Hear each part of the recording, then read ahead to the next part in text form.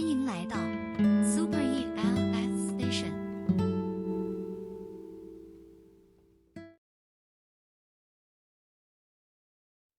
临近春节的时候，我外婆去世了。我和姐姐回到了家里，我们两个都是远嫁，已经大年29了。我妈一边收拾年货，一边掉眼泪。我爸从外面回来，看见我妈在哭，上来就是一句：“大过年的，在家里嚎什么丧啊？”这么多年，他还是那一副作威作福的老样子。我妈免不了要和他对两句，但还是怕他的淫威，眼泪都不敢掉了。我和姐姐虽然已经嫁人，却也没有胆量顶撞我爸，只能默默地把我妈拉到一边儿。有时候想想，我们姐妹嫁得那么远，大概都是想逃离这个阴郁的家庭吧。只是可怜了我妈。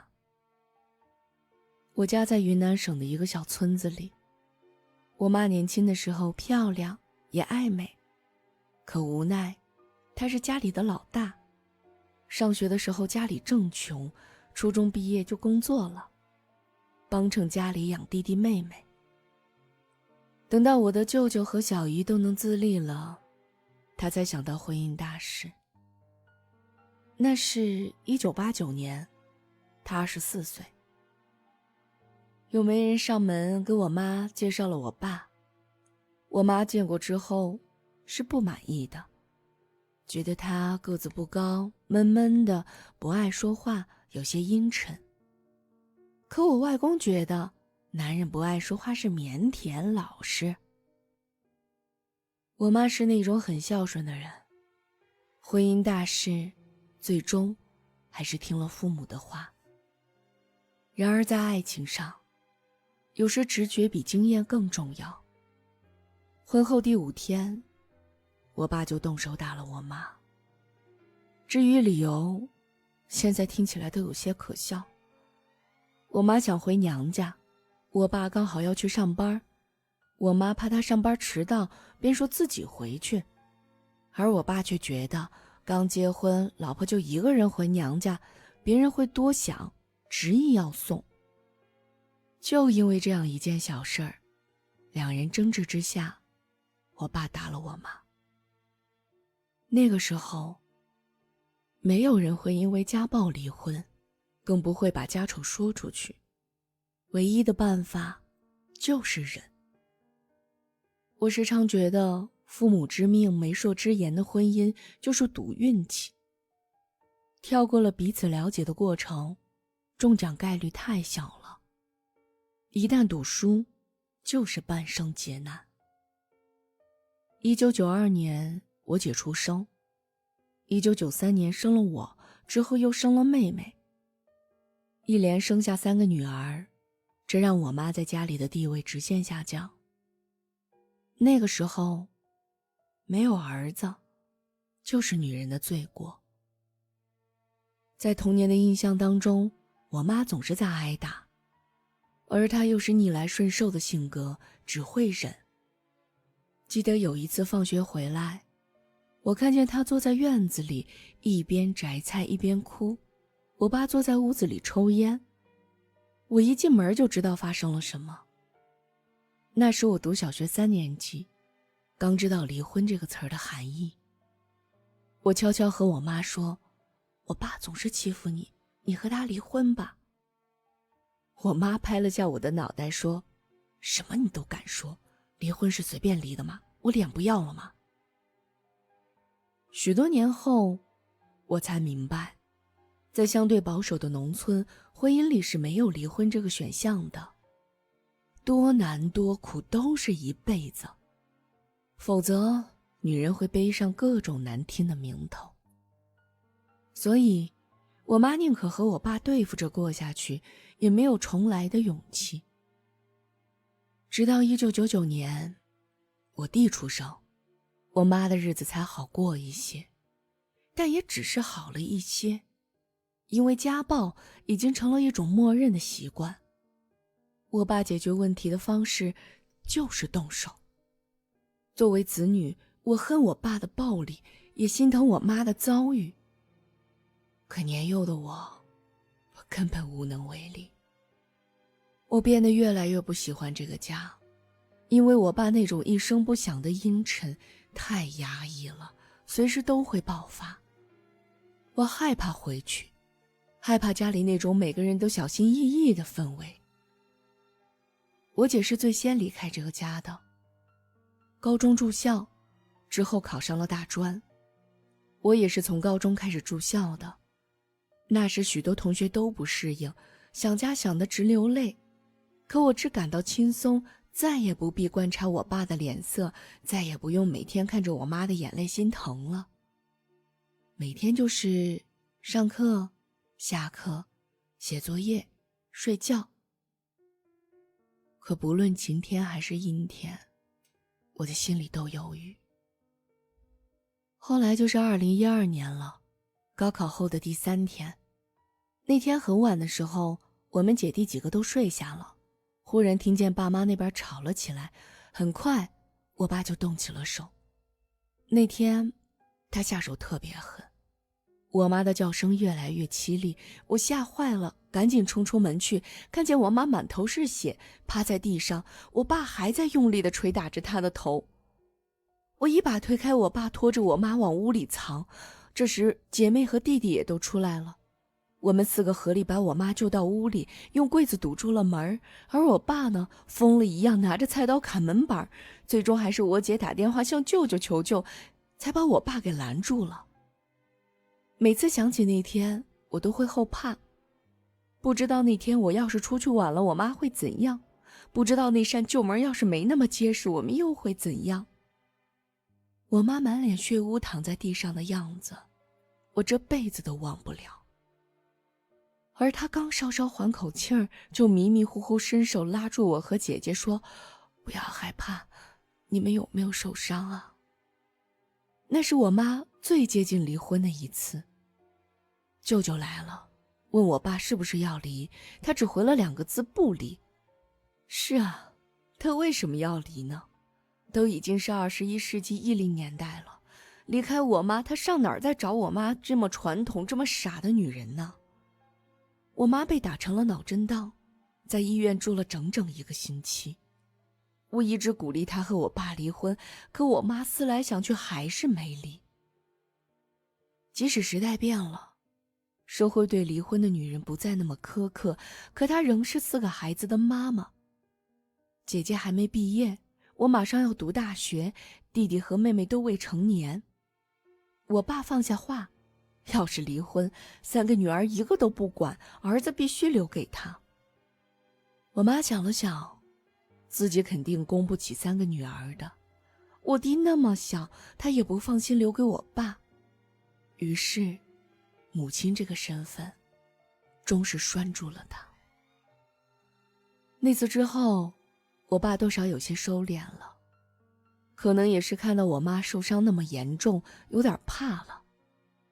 之后我去了昆明读大学，不久之后，我爸跟着朋友去了外地打工。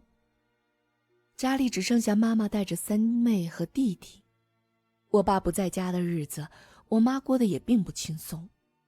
4个孩子在读书都需要钱。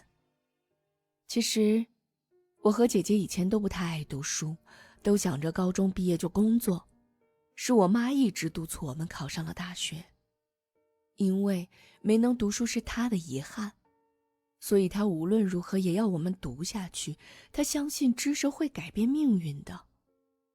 为了多赚钱，我妈一边在家里种地，一边四处找活干。看到别人家盖房子，她就去帮人家挑泥浆、搬砖头。干这种活的没有女人，我妈怕别人不用她，每次背的都和男人一样多。慢慢的，她的腰弯了，搬东西会疼。可那时弟弟妹妹都不太懂事儿，我和姐姐不在家，没有人知道她病了。而我妈又是一个极其能忍耐的人，每天喝点药酒，就算治病了，第二天忍着痛继续干活。就这样几年过去了，等我和我姐毕业工作，找到男朋友，她的腰已经痛得连路都走不了了。有时我会很自责，因为在成长的路上，我一心想要逃离这个家，却忘了有一个人他永远都逃不出来。我爸知道我妈不能走路了，才从外地回来了。那已经是2014年年末了，他带我妈去了医院，腰间盘突出，必须做手术。我爸其实是不情愿的，怕花钱，一个劲儿地问医生不做行不行。我心里好凉啊！我以前觉得我爸只是脾气不好，那一刻我才知道他是无情。我真替我妈这一辈子不值。她年轻时那么美，那么好，却跟着这个混账男人卖苦力，熬得一身的伤。只恨那时我刚上班不久，没有什么积蓄。我和我爸说，我妈要是残了，后面都要靠你的。他这才同意交钱手术。那次手术，我妈腰上装了6根钢钉，但手术做得很成功，她恢复得很快，只是她不能再干力气活了。我觉得这也算是因祸得福吧，我爸再也不能拿她当牛做马了。2016年，我和我姐相继嫁人，我姐嫁去大理，我嫁到昆明。我妈不想我们嫁得那么远，可是我和我姐大概都对这个家有心结吧，下意识地想要远离。我说，妈，要不你来昆明吧，反正你也干不了重活，不如来我这边开个小店什么的，很好赚钱的。我爸一听赚钱，先于我妈就表示同意了。就这样，我爸留在了老家种地，我妈来到了昆明。那应该是我妈这辈子最开心的日子了。没有了我爸的冷漠与暴力，也不必再为生计拼死拼活。我妈的小店开在五华区的景区，离我家有点远，可毕竟昆明不大，来往也算方便。2017年家里要盖新房，我妈回去了1年，过得好不好她没说，但她腰病又犯了，这就很说明问题。后来她还添了高血压的毛病，我也是那1年怀孕的。房子盖好了，我就赶紧叫她回来，我觉得她不宜和我爸久处。那几年我妈一直在昆明做她的小生意，她这个人热心又温柔，和邻居们都成了好朋友。他们互相切磋厨艺，每次学会新菜就让对方带着老公孩子去尝鲜儿，她还学会了十字绣。有一次周末天气特别好，我带着儿子去看她。明媚的阳光铺满了店铺，她坐在那里一针一针绣着一朵红色的牡丹花，她的脸上没有一丝的忧苦，只有恬然与平静。一时间我有点想哭了。其实这才是我妈本来的样子吧，那么美好，那么温柔，这才是属于她的人生吧，无烦无忧，无争无吵。真想她的余生就这样一直远离我爸，一直平淡幸福。可是人的余年究竟会余下多少呢？有的人很长，有的人却很短。今年年初外婆去世了，这件事对我妈的打击很大，一夜间她仿佛老了好多。回昆明后，我尽量多去陪陪她，那也是那个时候她的头又开始疼了，常常头晕。我这才发现她每天只吃半片降压药的。我说这样不行的，医生要求1片就是1片，不能随便减量的。可她却不在意地说，没事儿，1天半个省钱。其实1瓶降压药能有多少钱呢？可他真的习惯了节省每一分钱，习惯了忍耐所有的病痛。后来就是6月了，我妈打电话来说想我和外孙了，叫我们回去吃饭。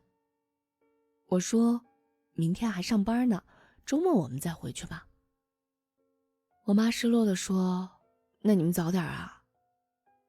人可能真的有第六感吧。第二天我接到了我妈邻居的电话，她说你快过来吧，你妈晕倒被120接走了。我在医院看见我妈的时候人都吓呆了，她虽然醒了，可眼睛嘴巴都歪了。医生说是脑出血，要马上手术。我当即签字交费，然后打电话通知亲戚。因为120送来的是家小医院，我姐和我姨知道后不放心，一定让我转到大医院去。其实医生是不建议转院的。抢救脑出血最重要的就是时间，换医院、重新检查，这些都是要耗费时间的，而且转院途中很可能导致出血量增多。可我当时真的懵了，脑子没法思考，更不敢做决定，最终听了家里其他人的话，转去了大医院。第一次手术很顺利，我妈出了手术室就清醒了，还和我们打招呼。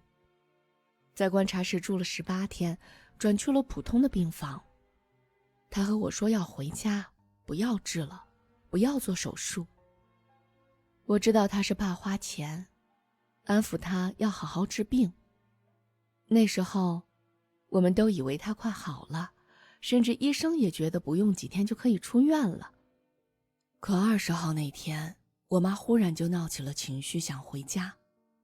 我好不容易把她哄睡着了，却没想到她再也没有醒过来。第二天半夜，我妈做了第2次开颅手术，5个小时，头盖骨被凿了一大块。医生说一切顺利，可我妈一直不醒，后来就发起了高烧，身体也肿起来了。有个护士建议试试 ICU， 先住1个星期，看看体温能不能降下来。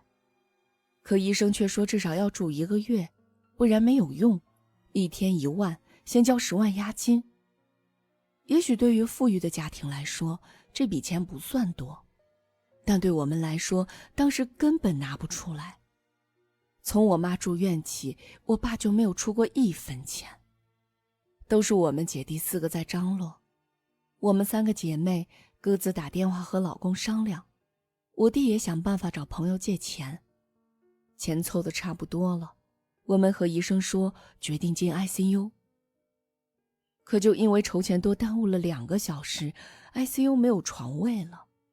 总是紧赶慢赶，差了一步，总是选来选去，选错了答案。后来的事不太想回忆了，因为太难过了。我妈抢救了2次，医生也放弃了。我第一次体会到什么叫做真正的绝望。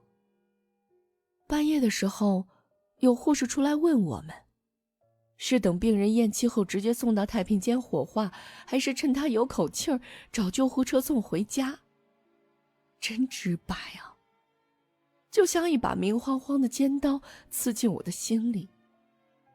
我再也不能犹豫了，我说回家，他一直要回家，他必须送他回家。那天夜里一直在下雨，仿佛老天也在为我妈哭泣。她的头肿得好大，鼻子插着呼吸机的导管，不停地有血喷出来。我拉着她的手，一路都在喊，妈，我带你回家了，你一定要撑住啊。这个家带给她那么多的不幸，可最终她还是要归到这个根儿上。救护车开得很快，停下的那一刻，我的心剧烈的一颤，因为我要眼睁睁地看着妈妈离去了。画面太残忍，我的心痛到无法呼吸。拔下呼吸机的时候，我明显感到妈妈难过了，生命只剩一丝游息，留恋在躯壳里。婶婶、姨娘都来了，帮我妈擦洗身体。我这才看到她那一身被各种管子插出的伤口，触目惊心。我心疼地扶着她，皮肤好烫，我大声地喊着妈妈妈妈，可她没有睁眼，只在姐姐抱起她穿衣的那一刻滑下了一滴眼泪。在那天所有的混乱之中，我总记得那滴眼泪，那是她留给这个世界最后的告别，晶莹剔透，悄然消散。这一年，弟弟大学毕业，妹妹嫁人，我们家4个孩子终于都走出了那个闭塞的小村子，而我们的妈妈却走完了她的人生。取骨灰的时候，我们很意外的看见了6枚钢钉，那是在妈妈腰椎手术时放进去的。我一直以为放在身体里的东西会很小，没想到竟然那么长。它们躺在骨灰里，每一枚都弯曲了。我瞬间泪崩，抱着骨灰盒嚎啕大哭。那是钢钉啊，却被妈妈的身体拉弯了。我不敢想她平时在忍受着怎样的疼。我妈这辈子真的活得太苦了，希望来世她能遇到一个懂得疼爱她的人，一生美满幸福。希望来世我还能做她的女儿，我会听话、懂事、孝顺，偿还我这辈子未能偿还的不遇之恩。